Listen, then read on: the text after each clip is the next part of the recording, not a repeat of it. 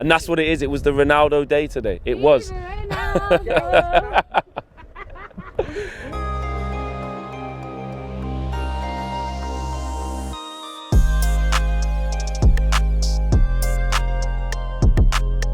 Man United 4.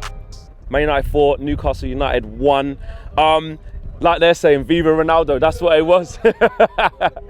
That's what it was. It was the Ronaldo show, innit? They're saying that he's washed, he can't do it anymore. And look at that. It's just back to simple. It's just back to simple. Easy. Like it was nothing. And you know what? All the noises from outside the club, people saying, "Oh, he might not be this, he might not be that." What about the other players?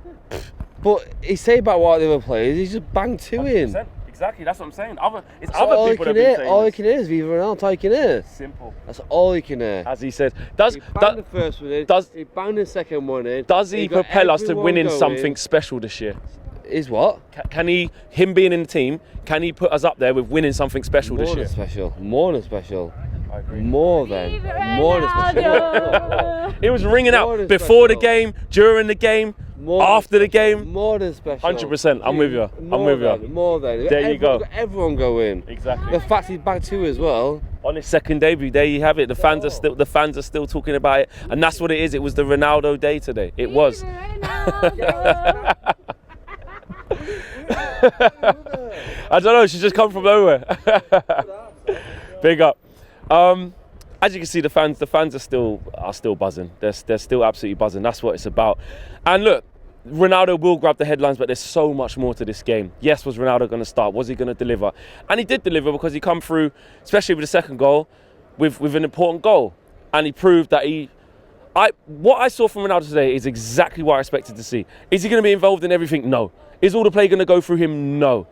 But he's going to have the deciding factor. Now, yes, we got a little bit of luck from the Mason Greenwood strike just before half-time, and he gets a tap in. Of course, he's not going to miss that. Watching the second goal back, yes, don't get me wrong, keeper again goes through his legs, but Ronaldo's there in the channels consistently. And also, what he did do, he comes off the front, has a little turn of pace, he goes at players a couple of times, a couple of little flicks. He enjoyed it.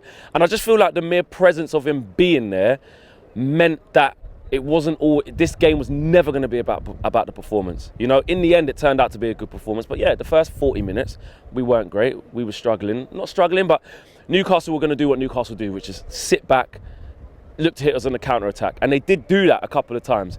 But my player for special mention, obviously I'm going to touch more Ronaldo, is Raphael Varane, guys. Like, you guys know what that signing meant to me, innit? And I'm not trying to do the whole, oh, it's me, you know. Look, I'm like you, I didn't know who was going to sign him. I just really wanted to. But I explained to you so many times, didn't I, guys? I was like, listen, he is like my signing. Like, I'm looking forward to it. I'm riding out. I think he's going to be so comfortable. And it's only been 2 games. And he's just a Rolls Royce. Honestly, it's almost like he gets the respect off the opposing players. I said Maximum could have run him a couple of times, chose not to. Last week at Wolves, or the last game at Wolves, Adama had him kind of not on toes, but had him in one-on-one situations. And he slows them down. He allows us to get back in, and he allows other players to come and help the situation. And he makes the opposing player second guess themselves just by him being there. So you talk about Ronaldo's presence being there today and what that did and the lift for the crowd. But what Varane's doing will go under the radar. But it won't, because he's had a lot of praise today, to be fair, which I'm glad to see it not go under the radar. But you know what I mean, like those types of performances, especially when everything's on Ronaldo, everything's on Bruno scoring from outside the box in the top corner, everything's on Paul Pogba getting another 2 assists, Jesse Lingard getting minutes, scoring a fantastic team goal. All of the spotlight is on those things, and rightly so, and the 4-1. But Varane, even for the goal that we conceded, it was a real bad goal to concede, but Varane was at 6s and 7s. He couldn't really do anything. He got drawn into set Maximum. Then what he did, he couldn't stop the pass. He couldn't stop the pass. So that wasn't Varane's fault. There you go, man. There you go, wicked. Everyone's still buzzing. It's the Ronaldo effect. It's simple as that. And I think that's all people cared about today. And rightly so. We just wanted to see him score, which he did, 2 goals. And were they the best goals he's going to score in a Man United shirt on his second spell at the club? Of course not. Who gives a crap? He was involved. He got the goals that we needed. I see that happening a lot this season, that type of performance. Remember I said it against, after watching him against Ireland when he popped up with those 2 goals and won Portugal the game, I said on United View, I said, that is reminiscent of basically what's going to be like in the Premier League. There's going to be teams who play against us and actually do quite well. Newcastle, I'm not saying they were amazing, but they did what they had to do. They were keeping us at bay. They were frustrating us. We weren't really looking like scoring in that first half. But he's there, innit? He's there. Mason Greenwood, a little bit of luck, it happens. Jadon Sancho won for me today. Listen, I feel that Jadon Sancho just looks a bit off the pace because he needs to get that intensity up. He needs to get that fitness up.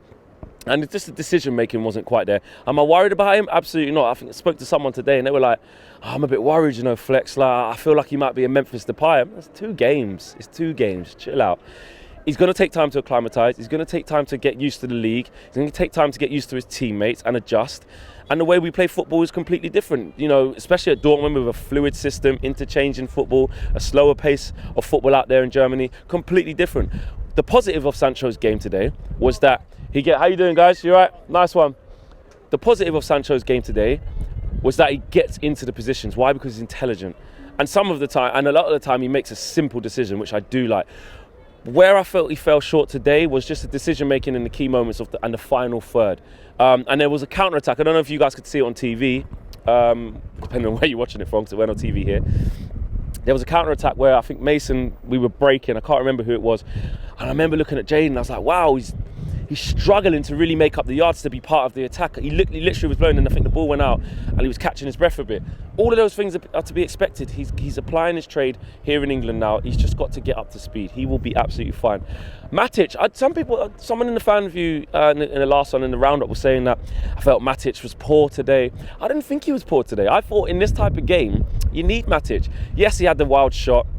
It was over the bar. Yes, sometimes he might hold on to the ball. Yes, boys, you're right, yeah?